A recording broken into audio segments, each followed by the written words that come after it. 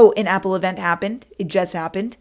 And it's WWDC, and it's for developers. It's a developers conference. So it's all the software side of things. There have been some recent WWDCs where there has been hardware released. So that's always interesting. But this one that just happened, June 9th, no hardware was released. It was just software. So normally I'm like, ugh, boring, who cares, blah, blah, blah. But no, this one was interesting because of what they're doing with the iPad.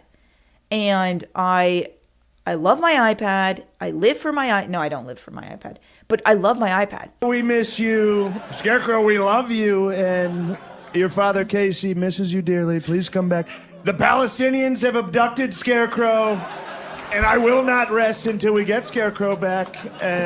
And my computer, my laptop is like from 2015, so it's very old. So I'm kind of in this place where, like, I've been shopping around for a MacBook. And, you know, as you can see, it's 2025. I've kept my MacBook for 10 years. So I'm not just going to get any MacBook. I already bought one, in fact, and then I had to return it because I just felt like it was processing a 4K video. It was exporting it way too slowly. And I was like, yeah, I don't want to deal with this for 10 years. And even if I had to pay a few $100s more, I'm willing to do so because it's an investment. It's a long-term investment.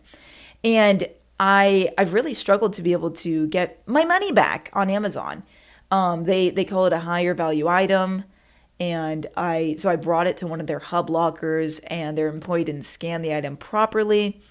So I keep calling, and they keep on pushing out the date that they'll pay me back and all this stuff. And it's making me angry, but it's okay. All that to say, yeah, I've been shopping for a MacBook, and I'm kind of going for a mid-tier one, so it is going to be a little bit more expensive than I'm comfortable paying.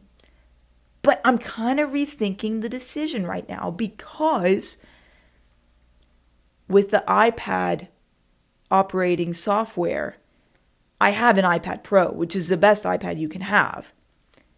And they've just brought some Mac features, Mac functionality to the iPad. Now, of course, this will be released in the fall, but they were showing like promos of it. And it looks amazing. Like basic things that your Mac can do that your iPad can't. And now I also have a pointer that's more precise and responsive. When I use it to hover over these new buttons in the top left, they expand into familiar controls. I can use these to close or minimize my windows. I can simply flick windows towards the edges to tile. And it's got me thinking, like, should I just try to make my iPad my computer? Because I kind of have been doing it. I've had like, I'll like set it up. I'll include a photo of it just so you can see what my iPad setup has been. But it's been kind of fun to use, and it's actually very lightweight. Yes, super portable. But with an iPad operating software, a tablet operating software, there's always going to be some functionality that is lacking compared to an actual laptop. So that's always one thing to think about. But it's like, gosh, if I can not spend, it's definitely going to be over $1,500. That'd be kind of cool.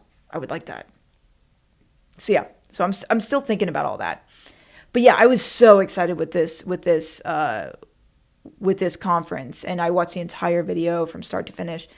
The rest of it was very boring. Like the Apple Watch, who cares? Who wants that crap? What was the other thing? The Vision OS. You know, the VR thing that Apple has that's $3,500. Yeah, no, thank you. I don't have that much money. Like, that's so stupid. Like, who's going to get that? And if you have that, I'm sorry, by the way. I'm not trying to offend you today. But yeah, they're doing some cool stuff. I love Apple. I don't even know why I like Apple so much, but I really do like it.